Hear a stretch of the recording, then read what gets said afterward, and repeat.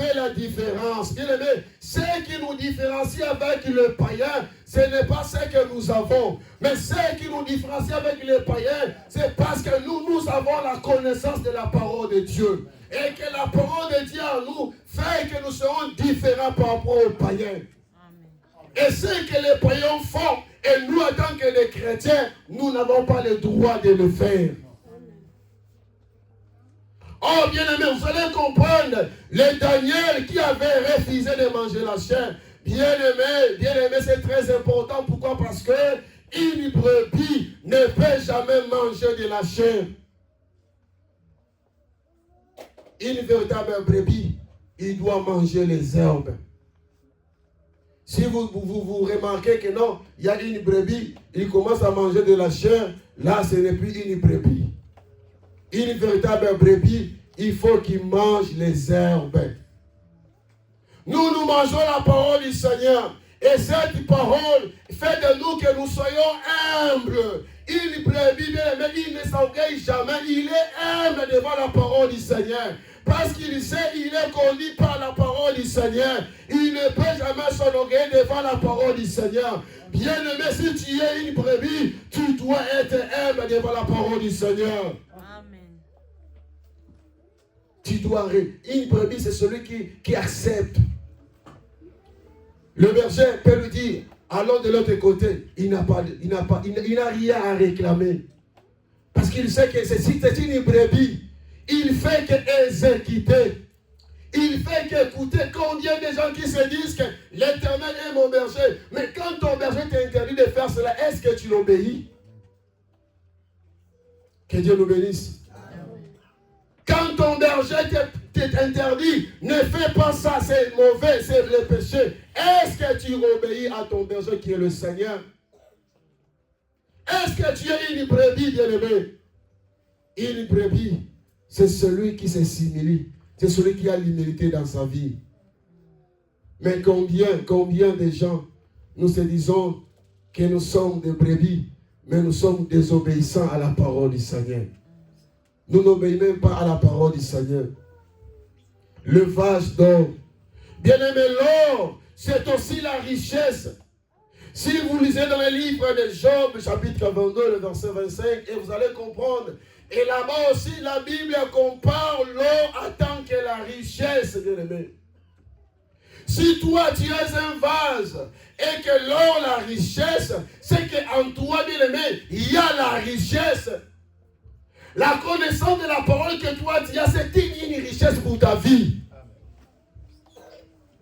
Il y a beaucoup de gens qui se disent qu'ils sont riches, mais en réalité, ils ne sont pas riches. Or, un véritable riche, c'est celui qui a la connaissance de la parole du Seigneur. Parce que c'est la parole qui va attirer le matériel vers moi. Physiquement, je peux être pauvre, mais spirituellement, si je suis riche, et la richesse spirituelle va attirer la richesse physique dans ma vie. C'est parce que je suis riche. Je te conjure ce matin d'avoir la richesse spirituelle que d'aimer la richesse de ce monde. C'est pas mauvais, c'est bien, il faut aimer la richesse de ce monde. Mais la chose la plus importante, tu dois avoir la richesse qui est la connaissance de la parole du Seigneur dans ta vie. Et cette richesse, c'est ce qui fera en sorte que le matériel soit attiré vers toi. Bien, mais en réalité, les vases, ils n'ont fait aucun effort pour entrer dans le temple. Il y a d'autres choses. Si vous avez la parole, tu ne feras jamais aucun effort. Quelqu'un qui a la parole de Dieu dans sa vie, il y a d'autres choses. Il n'a pas le temps de faire des efforts personnels. Mais combien de gens, ils font des efforts personnels, mais ils n'arrivent même pas toujours à réussir. Ils n'ont même pas la richesse. Tu peux rouler avec des voitures, c'est bien. Tu peux avoir de belles robes, de bons vêtements, c'est bien. Pour toi, tu vois que c'est la richesse. Mais la vraie richesse, c'est d'avoir la connaissance de la parole du Seigneur. Bien, en toi, il y a la richesse. Comme en toi, il y a la richesse, tu ne dois pas te négliger, bien-aimé. Parce que j'aimerais ouvrir une petite parenthèse. Si le vase est une personne et que l'or c'est la richesse, physiquement parlant, la terre, toi et moi, tu as été tirés de la terre. N'est-ce pas? Toi et moi, tu as été tirés de la terre. Or, dans la terre, le minerai ne se trouve pas dans le ciel, mais le minerai, l'or, se trouve dans la terre. C'est que comme moi, j'ai été tiré de la terre, et comme l'or reste dans la terre, c'est qu'à moi, il y a aussi la richesse physique. Cela peut ou ne pas se matérialiser, mais dis-moi, je sais qu'avec le temps, cela va se matérialiser dans ma vie. Pourquoi? Parce que j'ai été tiré de la terre, là où il y a la richesse, là où il y a de l'or. Bien-aimé, en toi, il y a la richesse. Et tu ne dois pas négliger cette richesse qui est en toi. Si tu n'avais pas de la valeur, Jésus-Christ ne pouvait pas te consacrer dans sa maison qui est son corps. Et la Bible nous dit, à part l'or, il y a l'argent. Et vous allez comprendre, parmi ces trois métaux, l'or est plus cher que l'argent. Or, si vous lisez dans Nombre chapitre 3, les versets 47 à 48, vous allez comprendre qu'à l'époque, l'argent servait pour les rachats. Que Dieu nous bénisse. L'argent servait pour les rachats. Pour racheter quelqu'un, on devait utiliser l'argent. Là où il n'y a pas l'argent, il n'y a pas les rachats. Là où il y a l'argent, il y a les rachats. Raison pour laquelle le frère Pierre il dit que Jésus-Christ, au lieu d'utiliser l'argent, mais Jésus-Christ a utilisé son propre sang comme argent. Nous étions rachetés par le sang de Jésus-Christ. Nous étions esclaves du péché, mais le sang de Jésus-Christ nous a rachetés. Bien aimé, le sang de Jésus-Christ a fait de nous ce que nous sommes aujourd'hui. C'est grâce parce qu'il y a quelqu'un qui avait payé le prix. Et le prix de l'achat, c'est son sang précieux qu'il a versé sur la montagne de Golgotha. Jésus-Christ a versé son sang dans la montagne de Golgotha, qui est le prix de rachat pour notre vie. Alors tu ne peux jamais négliger le sang de Jésus. L'œuvre de la croix dans ta vie, tu ne peux jamais négliger cela. Pourquoi? Parce que Jésus-Christ, il a payé le prix, bien-aimé. Si tu n'avais pas de la valeur, Jésus-Christ ne pouvait pas verser son sang dans la montagne de Golgotha. Si Jésus-Christ a payé le prix, c'est parce que toi et moi, nous étions importants devant la présence du Seigneur. Et raison pour laquelle que Jésus-Christ a voulu payer le prix qui est à travers son sang. Bien aimé, le sang de Jésus-Christ, c'est même son enseignement. Le sang de Jésus-Christ, c'est même sa parole. Le sang de Jésus, c'est l'amour du Christ envers nous. Parce qu'un véritable sang, c'est celui qui rassemble des gens. Et vous allez même comprendre, même Jacob, le sang de Jacob a rassemblé ses fils. Et lorsqu'il y a le sang de Jacob, bien aimé, ils se rassemblent. Pourquoi? Parce qu'ils sont rassemblés à travers le sang de Jacob. Or, vous allez comprendre, dans la maison de Jacob, il y avait plusieurs animaux. Les enfants de Jacob, ils étaient des animaux. Mais en aucun jour, ils pouvaient se manger dans la maison. Que Dieu nous bénisse. Amen. Ils étaient des animaux, en aucun jour, Ruben pouvait manger Siméon. Parce qu'en réalité, le sang qui était dans la vie de Siméon, c'est le même sang qui était dans la vie de Ruben. Le sang qui était dans la vie de Joseph, c'est le même sang qui était dans la vie de Benjamin. Ils ne pouvaient pas se manger parce qu'ils ont un lien qui les relie. C'est le sang de leur père qui est l'amour. Bien-aimés, nous devons nous aimer parce que nous n'avons qu'un seul enseignement. Nous n'avons qu'un seul amour. Et l'amour du Père, c'est ce qui nous réunit. Que Dieu nous bénisse. On ne peut pas se manger, mais combien de gens on se mange entre nous? Autrement dit, se manger, c'est pour détruire l'autre. C'est pour parler mal de ton prochain. C'est pour parler mal de ta sœur. C'est pour parler mal de ton frère. On ne peut pas se manger parce que nous avons un lien qui nous réunit. C'est le sang de notre Père Jacob. Or, le véritable sang, c'est l'amour du Christ envers nous. Le sang de Jésus qui nous a rassemblés, bien-aimés. Chacun de nous a été dispersé. C'est comme aussi les enfants de Jacob. Mais le sang de leur père, là, il les a réunis. Ils étaient réunis à travers le sang. Le sang de Jésus-Christ est plus fort que le sang de Jacob. Si le sang de Jacob a réuni ses enfants et a comblé plus forte raison que le sang de notre Seigneur Jésus-Christ ne puisse pas nous réunir les uns les autres dans sa maison. C'est parce que nous sommes utiles. Le vase consacré dans la maison du Seigneur, et parmi ces vases, il y avait le vase de l'argent. Mais tu as dit prie aux yeux de l'Éternel. Tu as dit prie aux yeux de l'Éternel. Pourquoi? Parce que Jésus-Christ, il a payé le prix à travers son sang, qui est l'argent. Parce que l'argent représente le sang de Jésus, le rachat. Pour acheter quelqu'un, je devais faire sortir de l'argent. Mais Jésus-Christ, pour nous racheter, il a fallu qu'il puisse payer son sang. Le sang que Jésus-Christ a payé a fait de nous ce que nous sommes aujourd'hui et que nous sommes libres et que nous sommes pris en dehors de la maison, mais nous sommes dedans dans la maison du Seigneur. Que Dieu nous bénisse, bien-aimés. Et à part l'argent, la Bible nous dit, il y avait des vaches de reins. Et vous allez comprendre, l'or, l'argent et les reins, ce sont des métaux. Mais chaque métaux a son rôle et a sa valeur.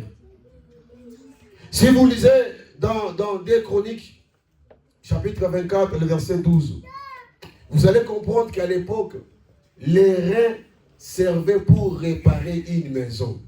Que Dieu nous bénisse.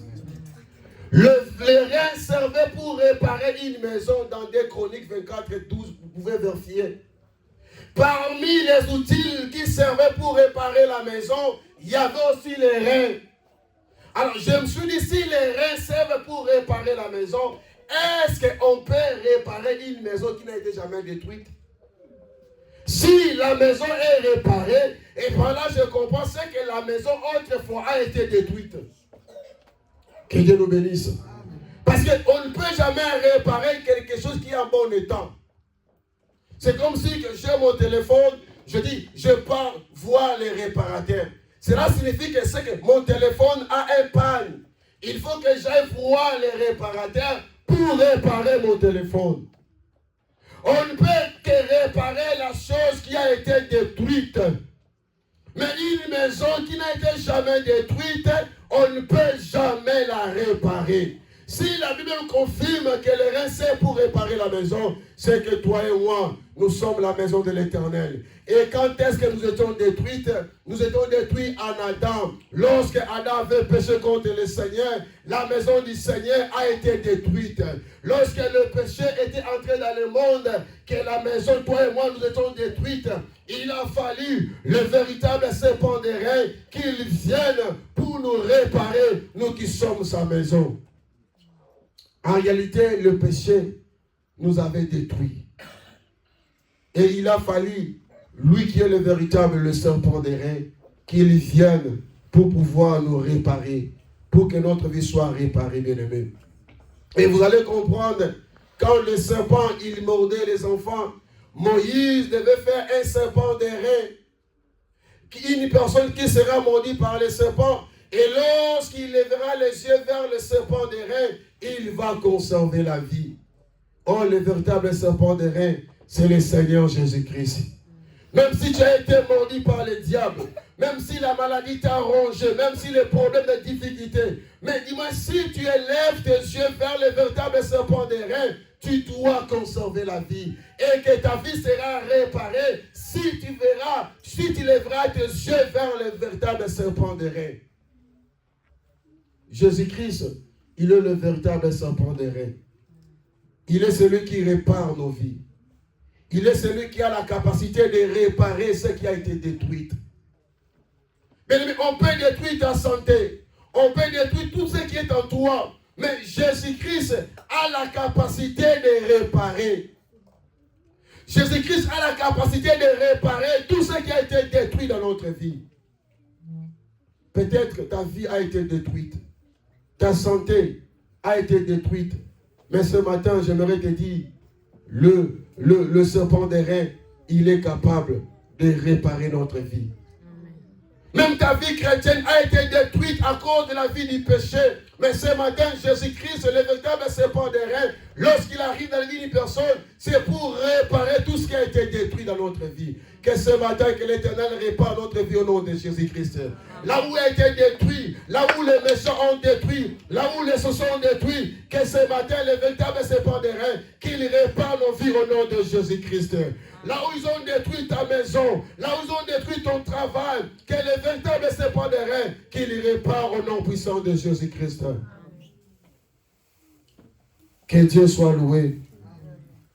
Ces vases, ces 3 vases, ont été consacrés dans la maison du Seigneur. C'est parce que ces vases étaient importants.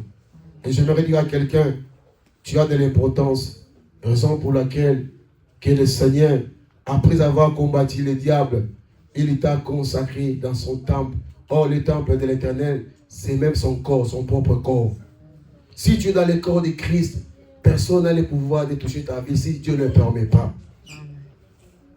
Si tu es en Christ, si ta vie est en Jésus-Christ, même les sorciers, personne n'a le pouvoir de toucher ta vie si Jésus ne permet pas. Voilà pourquoi, bien aimé, je te rassure. Toi qui étais dehors, que tu es maintenant dedans de la maison, tu as de la valeur, tu dois te réjouir parce qu'en toi, tu as Jésus et que personne n'a le pouvoir de détruire ta vie. Le vase consacré dans la maison du Seigneur. Si tu dois te conserver pire, tu seras comme un vase d'honneur. Est-ce que ce matin, bien-aimé, tu ne peux pas te conserver pire? Tu ne peux pas te sanctifier pour que tu sois un vase d'honneur, pour que tu aies l'utilité devant ton maître. Tu veux que les gens t'honorent, tu veux que les gens te respectent, tu veux que les gens t'élèvent. Oui, c'est pas mauvais, c'est bien, mais j'aimerais dire, mieux vaut d'être élevé par le Seigneur que par les hommes. Mieux vaut d'être honoré par le Seigneur qu'honoré par les hommes. Or, pour que le Seigneur t'élève, pour que le Seigneur t'honore, tu dois te conserver pire. Et tu dois te sanctifier. Et c'est alors l'Éternel fera quelque chose dans ta vie. Que Dieu nous bénisse. Amen. Amen.